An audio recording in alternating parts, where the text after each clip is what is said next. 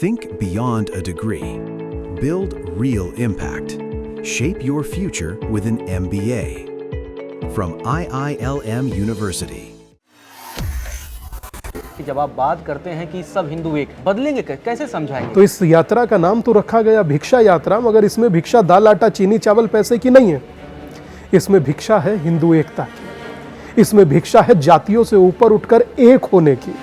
इसमें भिक्षा है जातिवाद के विरुद्ध आप एक हो। दीपू चंद्रदास या फिर और जो हिंदुओं पर वहां पर जो अत्याचार हुआ उसके खिलाफ यहाँ कितने लोग संगठित हुए, और जो यहाँ हुए भी उन्हें कहा गया कि आपको बांग्लादेश से क्या मतलब? पैंट उतरवा कर देखा गया और कलमा पढ़वाया गया। क्या आप बच्चों जैसी बातें करते हैं? 1 करोड़ से ज्यादा जो आंकड़ा निकलकर सामने आता है कि आपकी साथ अगर जुड़े हैं, क्या लगता है कितना परिवर्तन उन लोगों में आया है? बहुत से लोगों ने नोटरी कराकर एफिडेविट हमें दिया। उसमें क्या है, उस नोटरी में क्या है? कि जातियों में नहीं बटूंगा, जीवन पर्यंत हिंदू होकर रहूंगा, ना धर्म बदलूंगा, ना अपनों को बदलने दूंगा। मैं ये शपथ लेता हूँ। बचपन से हम लोगों ने यही सुना है, तमाम नारे, हिंदू मुस्लिम सिख ईसाई आपस में सब भाई भाई। मगर वो धर्म के नाम पर एक है। आप हैं हिंदू राष्ट्र में क्या कल्पना करते हैं आप? सब आनंद से रहे, कम से कम ऐसे हम लोग मरेंगे नहीं। जिस देश में सुबह का राम राम से लेकर के रात के राम राम तक और अंतिम विदाई तक है ही राम जीवन में, आप कह रहे हैं उसे ही छोड़ दीजिए? मतलब पड़ोसी को अच्छा लगे पिता को पिता मानना बंद कर दे? How can be possible? लेकिन राजनीति में तो वोट बैंक ढूंढा जाता है ना दादा। ऐसी राजनीति खूंटी पर टंगी रहे में जरूरत नहीं है। ये देश राम का था, राम का है और राम का ही रहेगा। नमस्कार, बहुत बहुत स्वागत आप सभी का। मैं हूं आपके साथ चेतन, मेरे साथ मेरे सहयोगी रजत मौजूद हैं। देश में एक यात्रा जो है वो चल रही है, सनातन को जोड़ने के लिए, सनातनियों को जोड़ने के लिए, हिंदुओं को एकजुट करने के लिए। भिक्षा यात्रा की मैं बात कर रहा हूं। पिछले 3.5 सालों से ये यात्रा चल रही है। कई हजार किलोमीटर इसमें तय हो चुका है। 1 करोड़ से ज्यादा लोग इस यात्रा के साथ जुड़ भी चुके हैं। लेकिन इस यात्रा को निकालने वाले कौन हैं? वो हैं स्वामी दीपांकर जी महाराज, जो आज हमारे साथ स्टूडियो में ही मौजूद हैं। बहुत बहुत स्वागत आपका। धन्यवाद चेतन भैया, आपका और आपके प्रिय का। कैसे हैं महाराज जी आप? हम अभी पहले से अद्भुत सा महसूस करने लगे हैं, समाज को संगठित देखकर, एक देखकर, यूनाइट देखकर। और आई होप सो कि आगे वाले समय में, जो आगे आने वाला समय है वो चुनौतियों भरा है, उसमें समाज एक रहे, संगठित रहे, अपराजय रहे। यही इस यात्रा का देत। अच्छा, इस यात्रा में कोई, इसका नाम भले ही भिक्षा यात्रा है क्योंकि सन्यासी लोग भिक्षा ही मांगते हैं, तो इस यात्रा का नाम तो रखा गया भिक्षा यात्रा, मगर इसमें भिक्षा दाल आटा चीनी चावल पैसे की नहीं है। इसमें भिक्षा है हिंदू एकता की। इसमें भिक्षा है जातियों से ऊपर उठकर एक होने की। इसमें भिक्षा है जातिवाद के विरुद्ध आप एक हो। कोई जातिवाद नहीं, कोई छोटा बड़ा नहीं, कोई ऊंच नीच नहीं, कोई पराया नहीं। अगर वो हिंदू है तो वो आपका अंग है, आपका भाई है, उसका सम्मान करें, उसको अपने साथ रखें। लेकिन बड़ा सवाल यही आ जाता है ना कि जब आप बात करते हैं कि सब हिंदू एक हैं, बदलेंगे कैसे समझाएंगे? क्योंकि ब्राह्मण अलग बटा है, क्षत्रिय अलग है, शूद्र अलग है, दलितों की अपनी अलग बातें चल रही हैं। अब सबसे जब इन बातों की आती है तो कई ऐसे दलितों में लोग हैं, चाहे ओबीसी समाज में लोग हैं, वो कहते हैं इंटरकास्ट मैरिज की। पिछले दिनों एक आईएएस ने भी बयान दे दिया और सीधे तौर पर जातिगत टारगेट करते हुए कहा कि सवर्ण घर की जो महिलाएं हैं या जो बच्चियां हैं उनको शादी करके लाएंगे। अब इस तरह की जब बातें होने लगती है तो कैसे एक होगा हिंदू? कुछ नहीं, आईएएस अपना घर बैठ गए, हो गए सस्पेंड वस्पेंड, कोई लाभ हुआ? आप जो भी हरकत छोटी करेंगे, दुनिया, समाज, सरकार, सिस्टम और परमात्मा रिएक्ट करेगा। अच्छा, एक कैसे है? भले ही आप कहिए कि मैं ब्राह्मण हूँ, भले ही आप कहें कि मैं दलित हूँ, वो कहे मैं यादव हूँ, वो कहे मैं कुर्मी हूँ, वो कहे मैं जाट हूँ, वो कहे मैं गुर्जर हूँ, आप जो बने रहिए, मगर मूलतः आपकी जो पहचान है, जो रूट्स हैं, आपको उस पर लौटना पड़ेगा। बाय आप जैसे साम दाम दंड भेद, जैसे लौटना चाहे लौटें। अब छोड़ दीजिए, डॉक्टर BR अम्बेडकर की पुस्तक है waiting for visa, British Columbia उसको प्रकाशित किया है। उसमें उन्होंने एक बहुत प्यारी बात लिखी है, बोले कि जिस शूद्र शब्द का जिक्र तमाम चर्चाओं में होता है, उस शूद्र का किसी जाति से लेना देना ही नहीं है। तो काहे शूद्र बने बैठे हो भाई? अपने स्वाभिमान को जीजिए ना। लेकिन महाराज जी, जब ऐसे बयान सामने आते हैं, आप चाहे उन्हें जहरीले बयान भी बोल लीजिए कि ब्राह्मणों को जिस तरीके से बताया आईएएस ऑफिसर ने जो कहा, और पद पर रहने के बाद इतने लोगों के सामने, नहीं, जैसे ये बात थी कि क्या हिंदुओं को एक करने के लिए जो इंटरकास्ट मैरिज की जब बात आती है, क्या वो ज़रूरी है? 6 क्षेत्र में बैठकर हम लोग वर्तमान इस वार्तालाप को कर रहे हैं, इस क्षेत्र में कोई आपको कास्ट देखता दिख रहा है? कौन किससे विवाह कर रहा है किसी को पता है? और कौन रोक रहा है? ऐसे 10 तो हम बता दें इंटरकास्ट जो हुआ 10 छोड़िए 100 योग गिनवाएं, मगर अब वो बात मैटर नहीं करती और रह भी नहीं गई। देश स्वतंत्र है, बच्चे स्वतंत्र हैं, वो जिससे चाहे उचित अपना जीवन जिए। तो यहाँ हमें नहीं लगता कास्ट मात्र अगर कहीं बचा है तो हमारे और आपके मन में बचा है, वरना धरातल पर और आर्थिक सिस्टम में। अच्छा बताइए कि आपके जेब का 10 का नोट कौन नहीं लेगा? बताइए, फली जाति नहीं लेगी, सब लेंगे। आर्थिक दृष्टिकोण से समाप्त हो चुका है, बचा सामाजिक, और वो भी आहिस्ता आहिस्ता धूमिल हो रहा है। वो भी तब धूमिल हो रहा है जब वहां 20,000 किलोमीटर दूर बैठकर अमेरिका में तुलसी गबार्ड कहती है I am proud Hindu. United kingdom के यहां प्रधानमंत्री आते हैं ऋषि सुनक, वो अक्षरधाम दर्शन करते हैं, कहते हैं आई एम प्राउड हिंदू। और स्वामी विवेकानंद उस समय में कहते हैं मुझे हिंदू होने पर गर्व है। उन्होंने सेक्युलर नहीं कहा, बोले मुझे हिंदू होने पर गर्व है।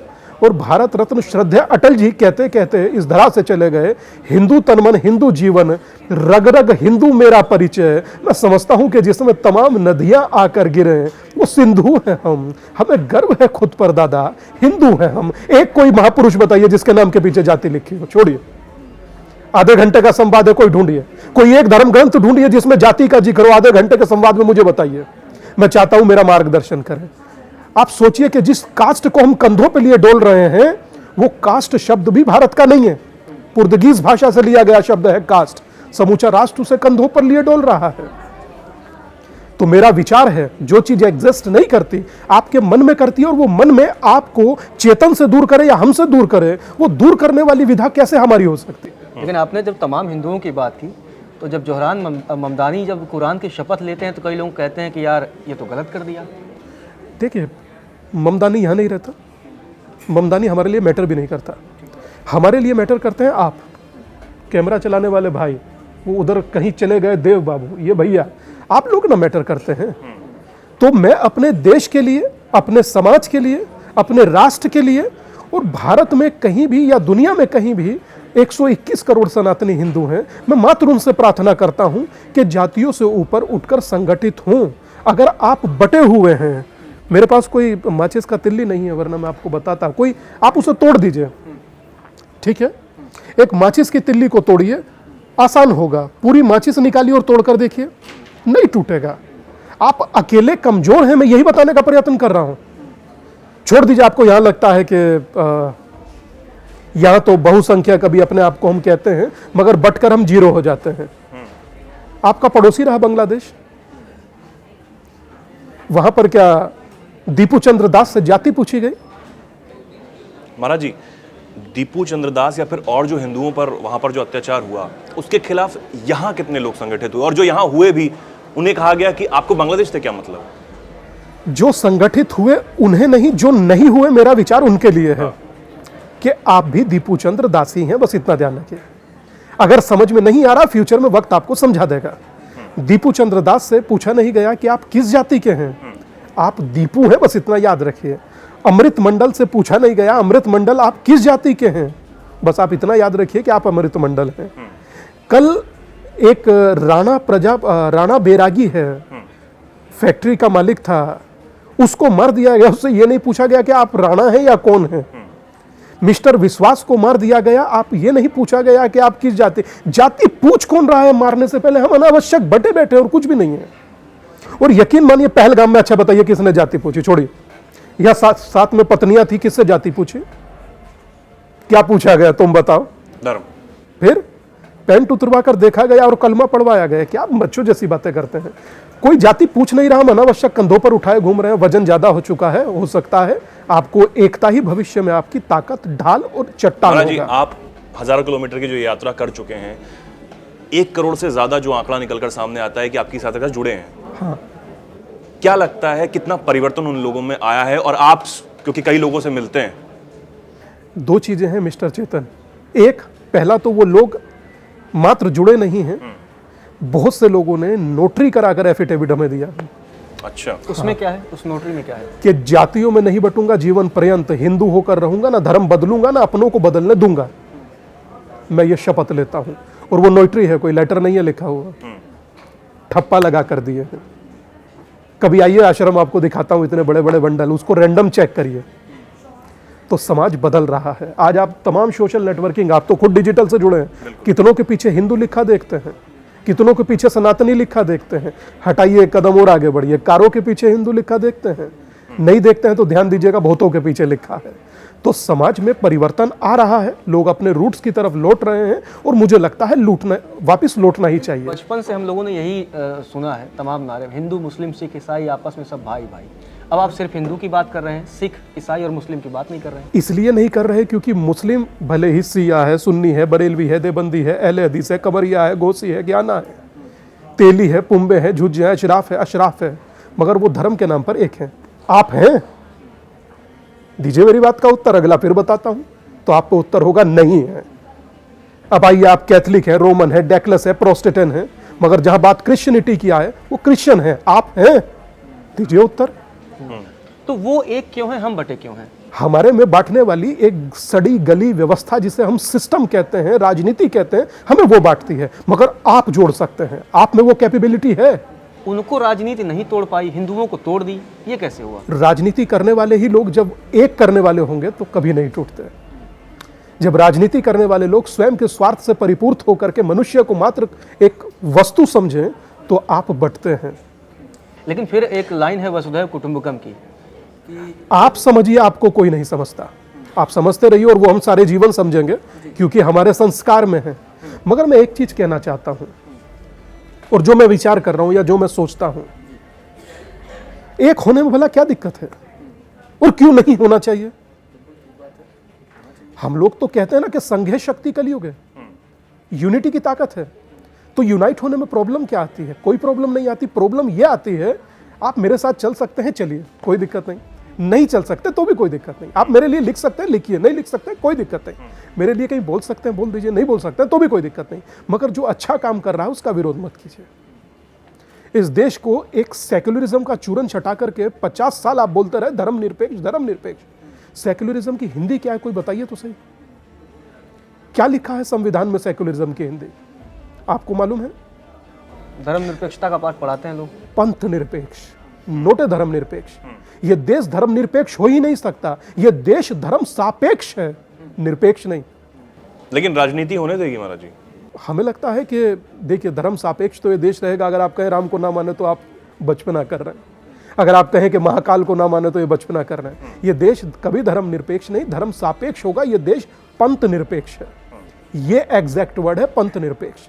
जिस देश में सुबह का राम राम से लेकर के रात के राम राम तक और अंतिम विदाई तक है ही राम जीवन में, आप कह रहे हैं उसे ही छोड़ दीजिए।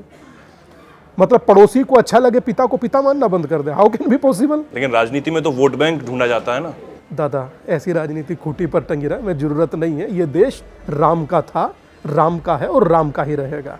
हमें कोई इस चीज से बहुत ज्यादा लेना देना नहीं होता। पर हाँ, हम लोग तो धर्म को जीने वाले सन्यासी हैं और हम ऐसे ही जीते हैं।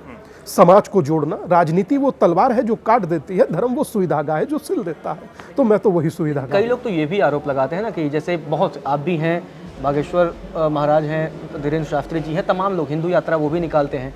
तो कई बार हिंदुओं को जोड़ने के चक्कर में किसी एक विशेष समुदाय के खिलाफ नफरत नहीं फैलेगी?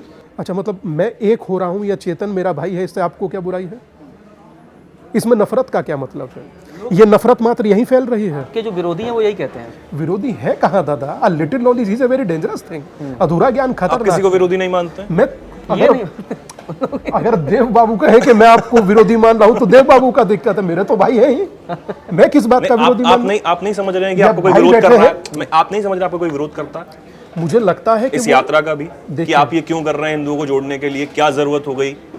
ये यात्रा किसी के विरोध में थी नहीं। बिल्कुल। ये यात्रा, आज भी कह रहा हूं, दैनिक जागरण के एक बड़े प्लेटफॉर्म पर बैठकर बोल रहा हूं कि ये यात्रा किसी के विरोध में नहीं है। ये यात्रा अपने परिवार को जोड़ने की है और वो जोड़ने का अधिकार मेरा है। बिल्कुल। आप ना कहते हैं जब शपथ लेते हैं कि अखंडता और एकता अक्षुण्ण रखूंगा, तो मैं एकता को अक्षुण्ण रखने की कोशिश कर रहा हूं। अखंडता टूटे नहीं, और अगर सनातन ही खंड खंड हो गया तो बचेगा क्या? ये टूटा कब?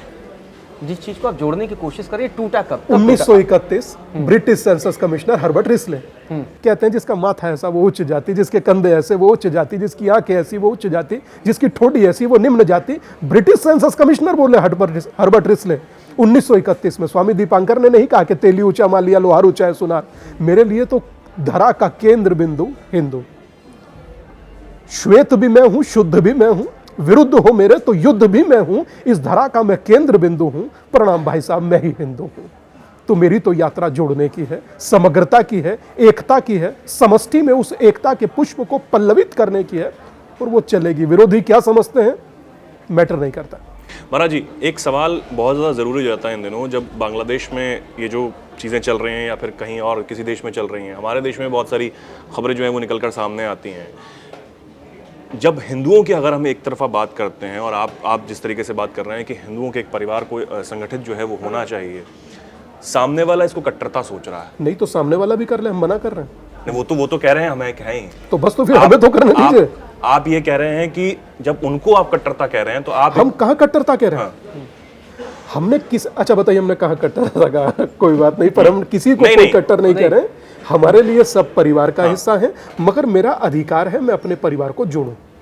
और वो मुझे शायद माँ बहन बेटी को घर में देखा है, पूरे परिवार को हिलने नहीं देती, और अगर जो झाड़ू लगा दे तो किसी को भीतर नहीं आने देती, बोले जब तक सूख ना जाए। सब घर के मानते हैं? नहीं मानते हैं। तो ठीक जैसे माँ का रोल होता है, पिता का रोल होता है, वैसे ही एक सन्यासी का भी समाज के प्रति रोल है।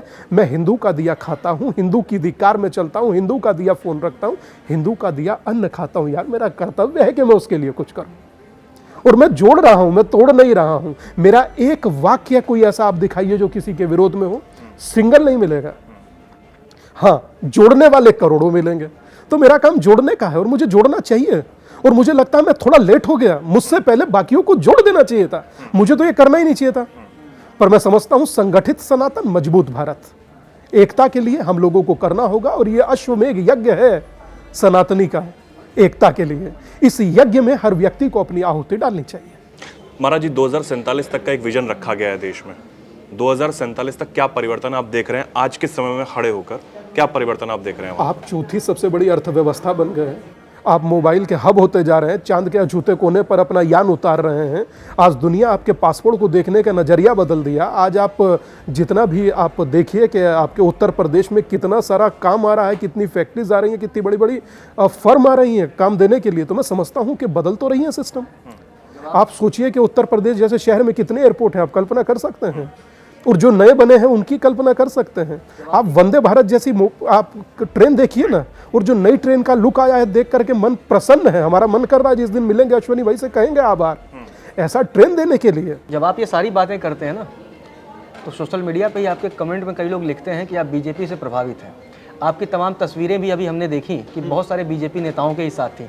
कांग्रेस के नेताओं के साथ आपकी तस्वीर नजर नहीं आती, अन्य नेताओं के साथ उतनी तस्वीरें आपकी नजर नहीं आती। बेसिक क्या है कि ऐसा कहीं से नहीं है कि हमारा मतलब कांग्रेस वाला हिंदू हिंदू है, 100% हिंदू है। मैं कह रहा हूँ सपा बसपा तेदेपा वाला भी हिंदू ही है। ओवैसी पार्टी वाला हिंदू 100% हिंदू है। मैं तो ये चाहता हूँ वैसी जी भी कहे कि मैं अपने आप के मेरे फोर फादर सनातनी ही थे। मैं कहाँ कभी किसी से भिन्न समझता हूँ, मैं किसी को भिन्न नहीं समझता दादा। आप मुझे अलग समझे वो आपकी दृष्टि है। और एक रसलीन कवि थे, वो कहते थे जैसी दृष्टि वैसी सृष्टि। मेरी नज़रों में मेरा सनातन संगठित रहे, एक रहे, यूनाइट रहे और अपराजय रहे, मेरी यही प्रयास है। तो आपके सनातन में समस्त भारतवासी आते हैं या धर्म के नाम पर जो अलग लोग हैं वो आते हैं या नहीं आते? देखिए, सोचते हम सभी को अपना है, मगर जो हम सनातनी हैं या जो हम हिंदू हैं या हम प्रैक्टिस करते हैं राम को, कृष्ण को, महादेव को मानने वाले, मैं उनकी बात कर रहा हूं कि वो संगठित रहें, यूनाइट रहें, वो जातियों में ना बटें। महाराज जी, एक सवाल आप टाल गए, बीजेपी से आप प्रभावित हैं? देखिए, मैं राष्ट्र से प्रभावित हूँ, राष्ट्रवाद विचारधारा से प्रभावित हूँ और सदा रहूँगा। मुझे आज भी लगता है वो विचार, एक आप संघ में प्रार्थना सुनते होंगे, नमस्ते सदा वत्सले मातृभूमि सदा हिंदू भूमि त्वजम वर्धितो हम। एक यह है, दूसरा भगवान राम को लेकर है कि जननी जन्मभूमिश्च स्वर्गादपि गृहसी। अगर दोनों में पृथ्वी को मां मान करके वंदे मातरम कहा जाए तो उसमें किसको अतिशोक्ति हो सकती है? और जिसने नहीं कहना वो मैं क्या कहूँ, मेरी विचारधारा का है। तो मुझे लगता है कि आपको दिखना भी होता है, मात्र कहने से काम नहीं चलता। महाराज जी, इसी देश में जहाँ पर आप इतनी बड़ी यात्रा निकाल रहे हैं, इस देश में एक मस्जिद जो है उस पर कार सेवा की जाती है और वहाँ पर खैराज भव्य मंदिर है, लेकिन उसी बाबर के नाम पर एक और मस्जिद का ऐलान कर दिया जाता है कि वो मस्जिद बनेगी। देखिए, मस्जिद बनने का कभी किसी ने विरोध नहीं किया। इस देश में लाखों मस्जिदें हैं, शायद मैं समझता हूँ जितना गल्फ में भी नहीं है उससे ज़्यादा भारत में है। जो दूसरा पक्ष है, मुस्लिम पक्ष, जो आजकल कई कोर्ट में मामले चल रहे हैं, वो तो ये कह रहे हैं कि हर मस्जिद के पीछे आप पड़े हुए हैं। आप दिल्ली की जामा मस्जिद के सीढ़ियों में कह रहे हैं कि वहाँ भी भगवान की मूर्ति है। ताजमहल में आप ये कह रहे हैं कि यहाँ भी एक महादेव का मंदिर था, उसको बदलवाया गया, उसको झूठ बोला गया, हिंदुओं को झूठ बोला गया। आप दो चीज़ समझिए, किसी को मस्जिद से ताल्लुक या विरोध कभी नहीं हो सकता। इस देश में पहले मुस्लिम जो आए थे उनको दिया ही साउथ के एक राजा थे, चेरामल वगैरह, नाम मुझे याद नहीं आ रहा, उन्होंने पहला स्थान दिया था और देश में पहली मस्जिद बनी थी। तो मस्जिद से किसी को विरोध नहीं। जो आप बाबर का नाम लेकर चिढ़ाते हैं, कष्ट लोगों को उससे है। ये मैं आपको वो बात बता रहा हूँ जो कष्ट लोगों को। पश्चिम बंगाल में जो बाबरी मस्जिद बन रही है उसका आप विरोध करते हैं? मैं उसका विरोध या पक्ष नहीं ले रहा हूँ, नाम का विरोध है। मस्जिद का कभी विरोध नहीं, क्यों हम विरोध करेंगे? लेकिन वो तो यही चाहते हैं कि बाबर के नाम से ही बनेगी। आप नाम ही रखा गया उसे चिढ़ाना कहते हैं। उसका एक और पक्ष देखिए, जब और ये वोट की राजनीति, और वहां पर मैं समझता हूँ कि सिर्फ वोट की राजनीति आप मत देखिए। एक और मसला था, जब उन्होंने कहा कि आप चंदा देने आइए, ईंट लेकर आइए, तो आप देखिए कितनी बड़ी संख्या में लोग पहुंच गए, कितनी बड़ी संख्या में लोग ईंट लेकर पहुंच गए। और वो मतलब वो बाबर को मानते हैं। हाँ। तो बाबर को माने ना माने, राजनीति को मानते हैं। लोकल के व्यक्ति होते हैं, प्रभावित होते हैं, दूर पार से भी आते हैं, मगर मेरा मानना यही है, लोगों को दुख नाम से है, मस्जिद से कभी किसी को दुख था ही नहीं। अच्छा महाराज जी, एक सवाल मेरा ये कि आज तक जो कई मुस्लिम स्कॉलर हैं वो ये कहते हैं कि ठीक है, हम सुप्रीम कोर्ट का जो फैसला आया अयोध्या मंदिर पर हम वो मानते हैं, लेकिन वो काउंटर में ये कहते हैं कि कहा गया था कि जो भगवान राम की जो मूर्ति थी वो यहाँ थी, लेकिन उस जगह मंदिर नहीं बना। अभी साजिद रशीदी भी आए थे, वो भी इंटरव्यू देके गए, उन्होंने भी यही कहा। ये सवाल बार बार क्यों वो उठाते हैं? मानते हैं लेकिन वो कहते हैं कि नहीं, जो मंदिर जिन्होंने बनाया उन्होंने सही जगह नहीं बनाया। A little knowledge is a very dangerous thing. बोले आप अपना देखिए भाई साहब, आप ही सब कुछ देख लीजिएगा, बाकी दुनिया में लोग क्या घास काट रहे हैं। आप अपना देखिए, आपको कहाँ मस्जिद बनानी है, कहाँ क्या बनाना है, कहाँ मदरसा बनाना है। हिंदू मंदिर अपने आप बना लेगा, उसकी ज़रूरत नहीं है। अच्छा, फिर दूसरा सबसे इम्पोर्टेंट ये है, वो सबसे ज़्यादा विख्यात अपने विवादित बयानों के लिए हैं, तो उनकी सलाह को दूर से ही राम राम भाई साहब, हम लोग अपना चला लेंगे, कर लेंगे। यहाँ बहुत विद्वान लोग हैं। सनातन ने दुनिया को रास्ता दिया है, सनातन को आवश्यकता नहीं किसी मौलाना के सलाह की। यहाँ मैं एक सवाल पूछना चाहूँगा आपसे। आप सनातन और हिंदू तो सबको एक करने की कोशिश कर रहे हैं, लेकिन इसी देश में शंकराचार्य हुए जिन्होंने पूरे देश को एक सूत्र में पिरोया, 4 धाम की स्थापना की। लेकिन आज चारों जो शंकराचार्य हैं उनमें भी मतभेद है। राम मंदिर के मसले पर मतभेद हुआ। स्वामी अवमुक्तेश्वरानंद का बयान आया, उन्होंने कहा कि ये तो अर्धनिर्मित जो है मंदिर का शिलान्यास उद्घाटन हो रहा है, प्रधानमंत्री कर रहे हैं, उनके क्या हैसियत, बहुत सारी चीज़ें बोली गई। आप सोचिए, आप हिंदुओं को एक करने की बात कर रहे हैं, लेकिन जो चारों वेदों का, उपनिषदों का ये ज्ञाता लोग हैं, इनको सब ज्ञान है, और उसके बाद उनके बयानों को ये कह दिया जाता है कि राजनीति से प्रेरित तो नहीं। अब शंकराचार्य राजनीति से प्रभावित हो जाएंगे। आदि गुरु शंकराचार्य सम्मान का पद है और सदा रहेगा, हम लोगों के लिए है जी। और मैं तो चाहता हूँ किसी रोज एक दिन देश का राष्ट्रपति भी कोई शंकराचार्य बने, मेरी बहुत इच्छा है। कौन से पीठ का आपका जो बने, शंकराचार्य हैं। अच्छा, आप ही बांट रहे हैं, धत तेरे की, कैसे चलेगा? गजबे बात है, ऐसे कैसे कोई चलता है? ऐसे नहीं होता। हमारा विचार सिर्फ इतना है कि हो ऐसा मन है, और बात विवाद संवाद ये भारत की संस्कृति रही है, ठीक है। वो पूछते हैं कि ये जो हम लोग पूजा के बाद तेल है ये किसे देना है? बोले तेल ही को देना है। बोले कि ये कार्य आगे कर कर किसे करना है? तो ये बात विवाद संवाद हम लोगों का रहा है, चाहे चलता रहता है और आगे भी जीवन में चलेगा। दिक्कत वहाँ है जहाँ कोई बात विवाद और चर्चा का स्कोप ही नहीं है, जहाँ आप एक बात कहते हैं और नारा लगना शुरू हो जाता है सर तन से जुदा का। ये प्रश्न वहाँ कीजिए। हम लोगों के यहाँ तो चलता है, जीवन है, और हम लोग संभलते हैं, हम लोग गिरते हैं, हम लोग उठते हैं और हम लोग चलते हैं। शंकराचार्य ने उस पद को भी शास्त्रार्थ करके ही जीता, पूरे देश में उन्होंने शास्त्रार्थ किया। लेकिन मुहूर्त को लेकर शास्त्रार्थ, मंदिर का उद्घाटन कौन करेगा इसको लेकर शास्त्रार्थ, इस पर आपत्ति। मैं समझता हूँ कि मुहूर्त इंसान के लिए होता है, भगवान के लिए नहीं। मैं तो बहुत अकिंचित और बहुत साधारण सन्यासी हूँ, वो सब पूजनीय हैं। मैं समझता हूँ कि देवता के लिए तो सिर्फ वक्त ही काफ़ी, और वो भी वो सुनिश्चित करता है। हम कहते हैं कि उसकी इजाज़त के बिना पत्ता नहीं हिलता, तो हम मुहूर्त कैसे कर सकते हैं। तो होई है सोई जो राम रची राखा, जो उसने किया सो करा लिया। बाकी जो आपको करना है अब आप लोग भी करें, और आज आवश्यकता है देश के संत महंत वृहंद ऋषि महर्षि सब लोगों को बाहर आकर समाज को जोड़ने महाराज की। जी, आप जब ये कहते हैं कि मैं ये चाहता हूं कि एक शंकराचार्य के जो किसी भी पीठ के हों वो सर्वोच्च पद देश में लें, दूसरी तरफ ओवैसी साहब ये कहते हैं कि एक बुरखा वाली महिला जो है मैं चाहता हूं कि प्रधानमंत्री बने, वजीर आजम बने, वो भी ये चाहते हैं, तो आप तो उनकी होना ही नहीं देंगे फिर तो चाहत किसकी रोक सकते हैं हम? चाहत तो किसी की रोकी नहीं जा सकती ना। उनकी अपनी इच्छा है, वो अपना काम कर रहे हैं, हमारी अपनी इच्छा। वो तो आपने पूछा तो मैंने भाव बताया कि मेरा मन है कि एक दिन ऐसे बड़े पद को देश के शंकराचार्य सुशोभित करें। और शायद मैं समझता हूं कि रामायण में लिखा है कि सन्यासी से श्रेष्ठ राजा नहीं हो सकता। तो अगर कोई बैठेगा तो वो समाज के कल्याण और उद्धार की ही बात करेगा। अब हमारा कोई विवाह नहीं हुआ, परिवार नहीं, बच्चे नहीं, हम किसके लिए? हम तो समष्टि के लिए सोच ही रहे हैं, लगे ही हुए हैं। वरना सर्दी का समय है, आपको सर्दी का समय है। उस सर्दी के समय में मुझे क्या जरूरत पड़ी आपके पास आकर बैठने की, या मुझे क्या जरूरत पड़ी है सड़कों पर धक्के खाने की, क्या जरूरत पड़ी है सैकड़ों किलोमीटर दूर आकर आपको इंटरव्यू देने की, सिर्फ इसलिए कि मेरी बात हिंदुओं तक पहुंच जाए। वरना हमें मिलता क्या है भाई साहब? थ्रेट मिलती हैं, धमकियां मिलती हैं, हमले होते हैं, उसके बाद भी सिर्फ इसलिए। वरना तो 5 से आप सुबह 10 से 5 जाएं और लौट कर वापसी आ जाएं। हम लोग क्या हासिल कर रहे हैं? सिर्फ इसीलिए कि आप लोगों को कहें कि हमारा संदेश पहुंचवा दीजिए दुनिया तक, कि समाज एक हो जाए, संगठित हो जाए। इससे ज्यादा कुछ नहीं है भाई साहब। और एक आराम से चाहे तो सर्दी में बैठे मूंगफली खाए घर पर, सर्दी में रजाई में, क्या दिक्कत है? उसके बाद भी दौड़ रहे हैं ना, तो सिर्फ समाज ही को सोचकर दौड़ रहे हैं। वरना तो हम लोग भी बैठ सकते हैं, हमें कोई परवाह नहीं है कि अपनों को जोड़ लें, अपना ना टूटे। जो हाल आज बांग्लादेश में देख रहे हैं, पाकिस्तान में आप 24% थे, कहां हैं आप? कश्मीर में आप थे, कहां हैं आप? बांग्लादेश में आप 24% थे, कहां हैं आप? मैं चाहता हूं ये आपके लोग जो सुन रहे हैं ये भी उत्तर दे, कहां गायब हो गए आप? चिरैया की तरह विलुप्त हो गए। माचिस नहीं है, फिर आपको बताता, एक माचिस जलाइए और हाथ के नीचे रखिए, कितना देर रख पाएंगे? 2 सेकंड, 3 सेकंड, 4 सेकंड, हाथ भी जलेगा, माचिस भी फेंक देंगे। अब विश्वास के उसको दीपू चंद्र दास के जलते हुए शरीर को अनुभव कीजिए। क्या कसूर था हिंदू होना, मनुष्य होना? उस दूसरे का क्या कसूर था, ईसाई होना? मतलब एक नरभक्षियों की भीड़ एक व्यक्ति को जला रही है, नारे लगा रही है और नाच रही है, रील बना रही है। कहां मर गए वो मानव अधिकार के चैंपियन जो बात बात पर सलाह देते हैं?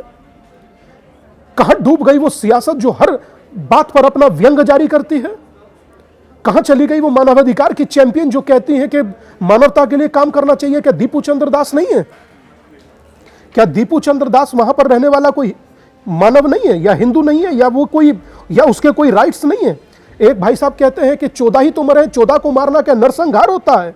आगे पढ़िए, अमल चंद्र दास, अर्पित दत्ता, निखिल चंद्र दास, रमेश चंद्र विश्वास, शशांक दास, विजेंद्र सरकार, नरेश चंद्र पाल, तपन चंद्र साहा, राधेश्याम घोष, मदन चंद्र वर्धन, शिव प्रसाद दास, नित्य गोपाल साहा, रंजीत चंद्र पाल, भवानी चंद्र दास, कार्तिक चंद्र सरकार, संजय चंद्र घोष, उत्तम चंद्र मंडल, राजेश दास, स्वपन कुमार सरकार, हरधन रॉय, अजीत सरकार। अभी डिटेल बाकी है, कहिए तो आधा घंटा यही चिट्ठी पढ़ता रहूं। क्या ये मनुष्य नहीं थे लोग? कोई बोलने को तैयार नहीं है भाई साहब। बोंडी बीच पर वो नहा रहे थे, वो क्या मनुष्य नहीं थे? ईरान में जो अपने को स्वतंत्र जीना चाहती है महिला, वो महिला क्या मनुष्य नहीं है? क्या स्लोवाकिया में रहने वाले लोग नहीं है? क्या जॉर्डन में मरने वाले लोग नहीं है? फ्रांस में मरने वाले लोग नहीं है? कोई इस भयानक विचार के विरोध में बोलने को तैयार नहीं है।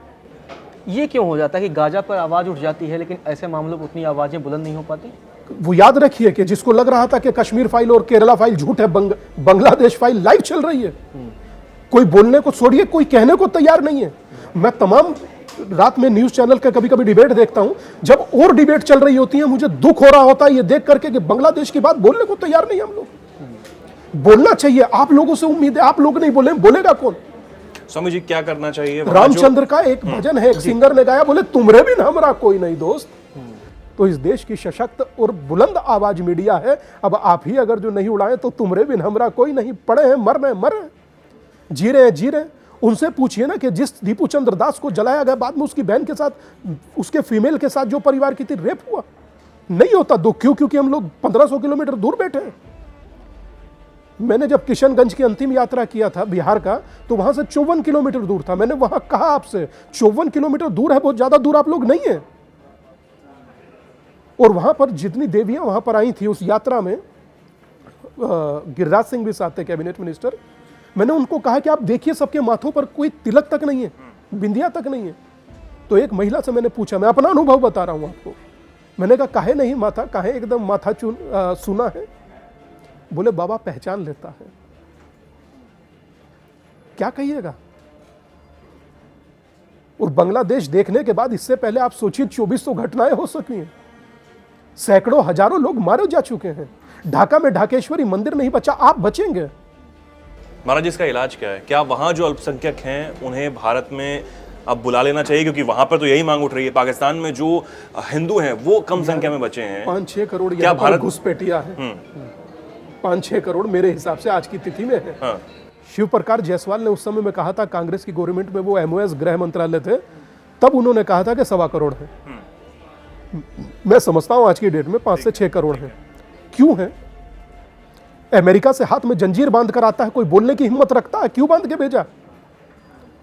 और वहां आपके लोग मर रहे हैं, और हम लोगों को भी अपनों को स्वहृदय स्वीकार करना चाहिए। लेकिन जब CAA और NRC की बात चलती है तो विपक्ष विरोध कर देता है, सरकार कदम उठाने की कोशिश करती है। मैंने कहा ना, आजकल सिस्टम तो तुम्हारा है। आजकल तो SIR को भी बोला जा रहा है कि ये NRC है। मैं कहता हूं कि सरकार तुम्हारी है, सिस्टम हमारा है, ये मैंने सुना था।